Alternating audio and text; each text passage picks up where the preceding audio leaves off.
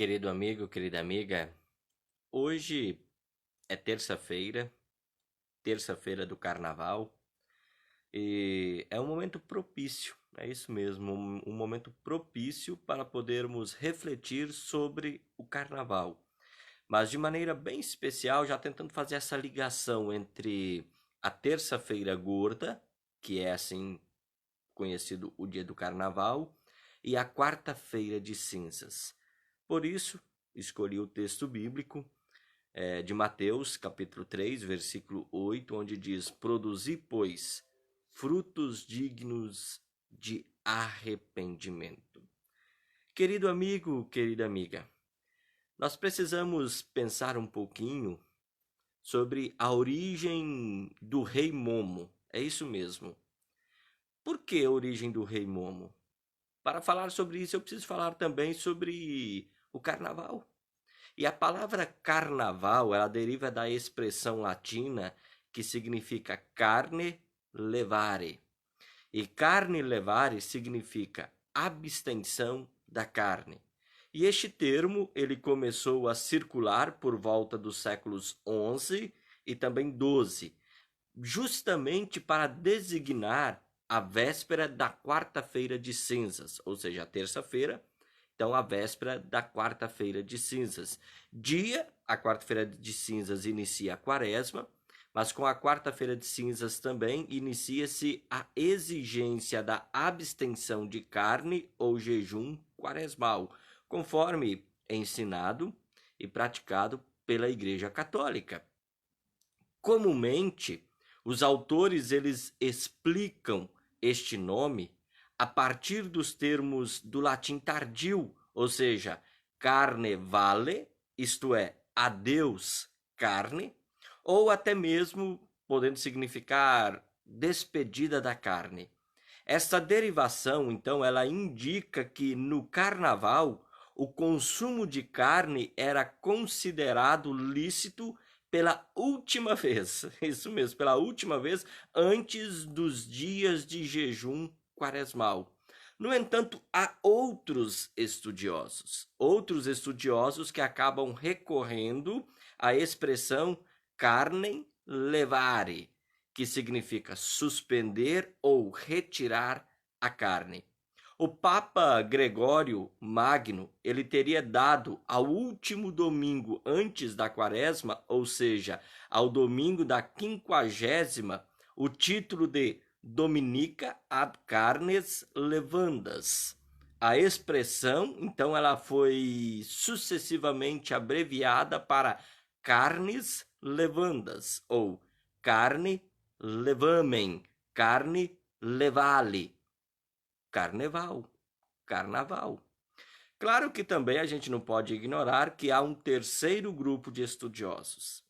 E um terceiro grupo de estudiosos ou de etimologistas da palavra carnaval, e eles dizem que a palavra carnaval ela tem a sua origem pagã, né? E por isso eles adotam também a linha de que carnaval é uma festa pagã. Dizem eles que entre os gregos e também os romanos se costumava exigir um préstito em forma de nave dedicada ao deus Dionísio ou Baco. E então nesse préstito então eles davam o nome de currus navales. E por causa desta palavra ou desse préstito ao deus Dionísio ou Baco, o currus navalus, então navales, é de onde vem a forma carnavale, carnaval.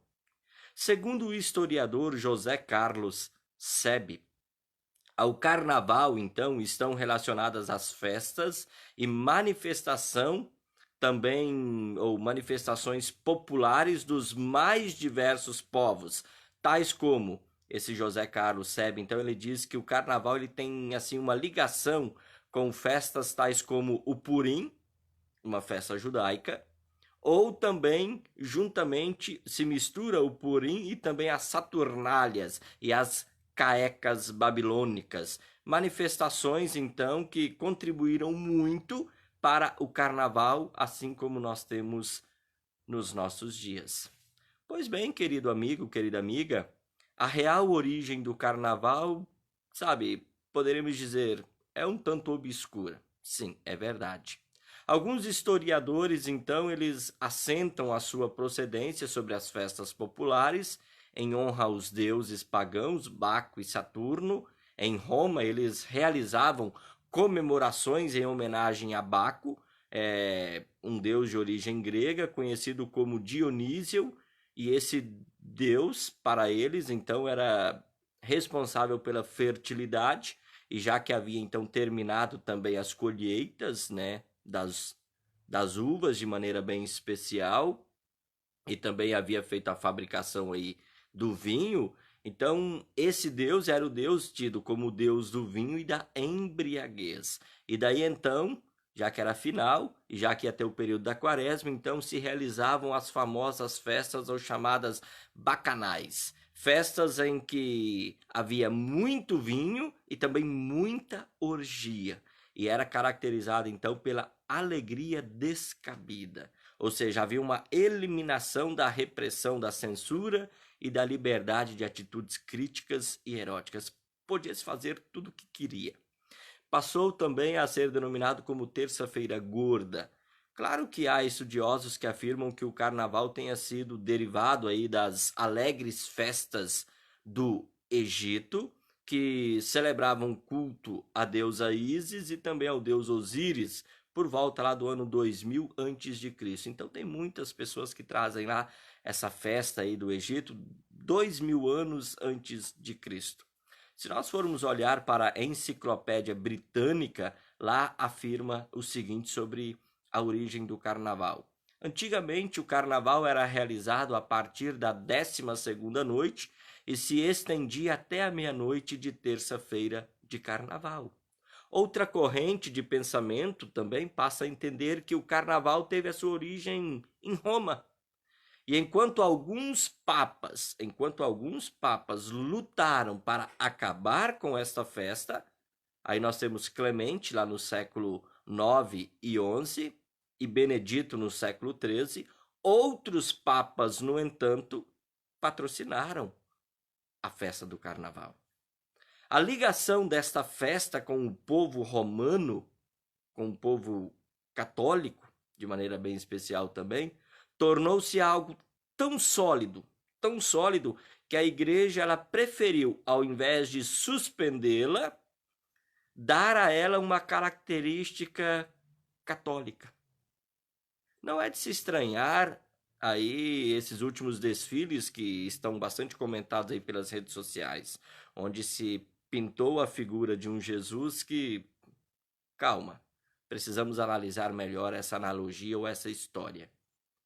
Mas vocês estão começando a entender por que a ligação é tão forte, por que sempre trazem temas ligados à religião. Porque ao invés de se dizer contra essa festa, se passou a dar algumas características católicas ou cristãs para talvez tentar atrair o olhar, ou mesmo a expectativa, ou mesmo até as pessoas para dentro dessa festa.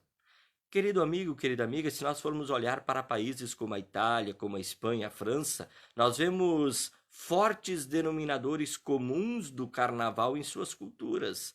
Estes países, eles sofreram influências romanas. O antigo rei das Saturnais, o mestre da folia, né? Aqui no Brasil é o Momo. Então, as Saturnais, o mestre da folia, era sempre morto no final das antigas festas pagãs. Se é dia de aproveitar, se é dia de extravagar, pois bem, amanhã muitas pessoas vão lá para terem as suas testas tingidas de cinza. Sim. E essa cinza, ela vai simbolizar o arrependimento. No entanto, querido amigo, querida amiga, se no carnaval, de maneira bem especial na terça-feira gorda, se extravaga, se faz o que costumeiramente não se faz durante o resto do ano, ou até se faz, mas se é no período do carnaval que as pessoas usando máscaras, escondendo a sua verdadeira identidade, aproveitam para fazer tudo o que querem fazer, extravagar, na quarta-feira ir lá, jogar cinza na cabeça, será que isso é suficiente? A minha pergunta é: o que é arrependimento? O que é arrependimento?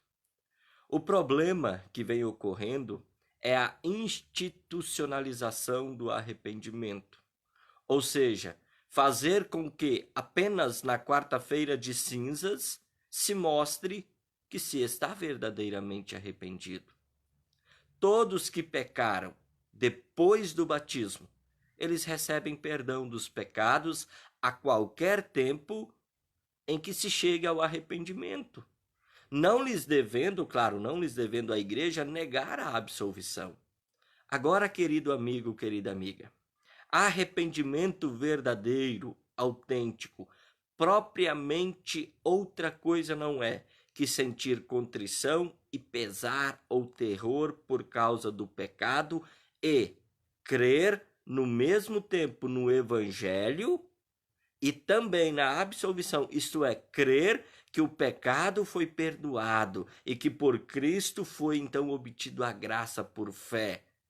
E essa fé, este perdão, volta a consolar, a serenar o coração da pessoa. Deve-se seguir a melhora da vida e o abandono do pecado, pois esses devem ser os frutos do arrependimento, como diz João Batista, e está registrado lá no texto de Mateus capítulo 3, versículo 8. Produzi, pois, fruto digno de arrependimento. Então, arrepender-se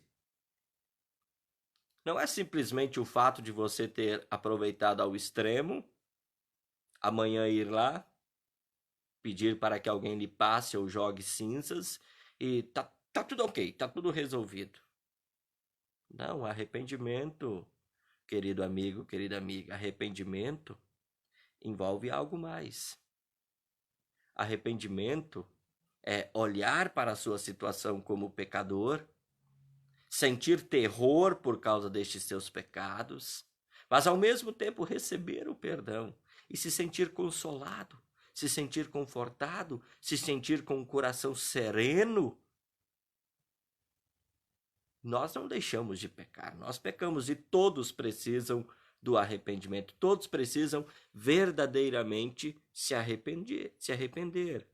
Para muitos, o jogar cinzas é sinal ou é fruto desse arrependimento. Mas a minha pergunta é: será?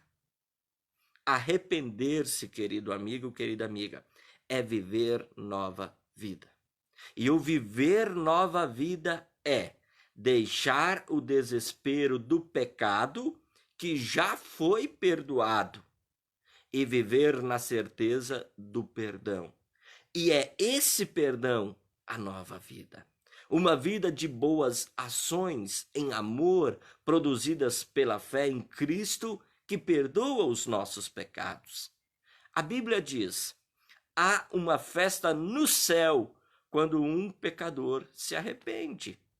Palavras de Jesus, Lucas 15, versículo 10. A festa no céu quando um pecador se arrepende. Mas e quando o pecador ele apenas institucionalizou o perdão ou um falso arrependimento? Bem, não vai ter festa no céu. Vai ter festa em outro lugar. E Deus, querido amigo, querida amiga, Ele quer que haja o arrependimento. Porque Deus, Ele quer perdoar os seus filhos.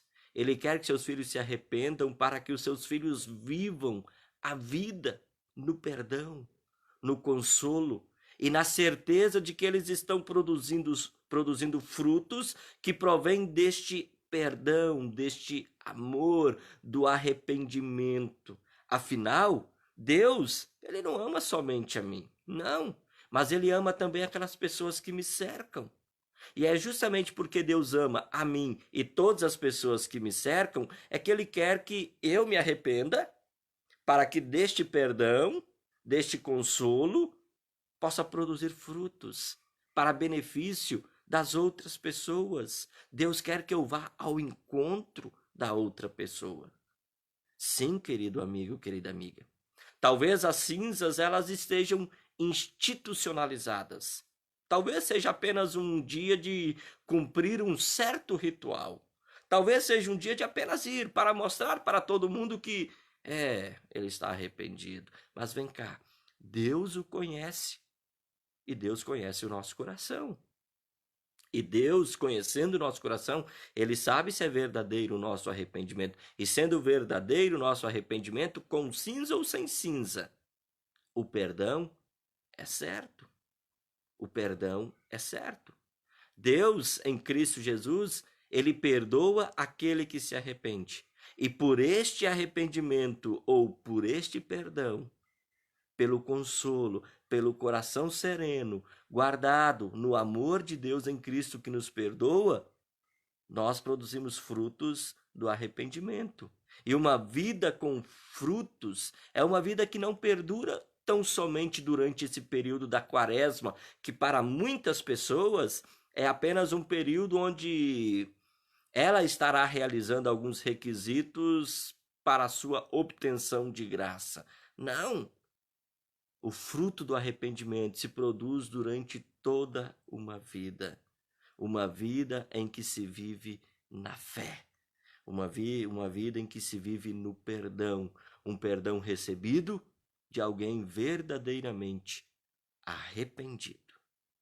Deus te abençoe, Deus te guarde firme na fé em Cristo Jesus.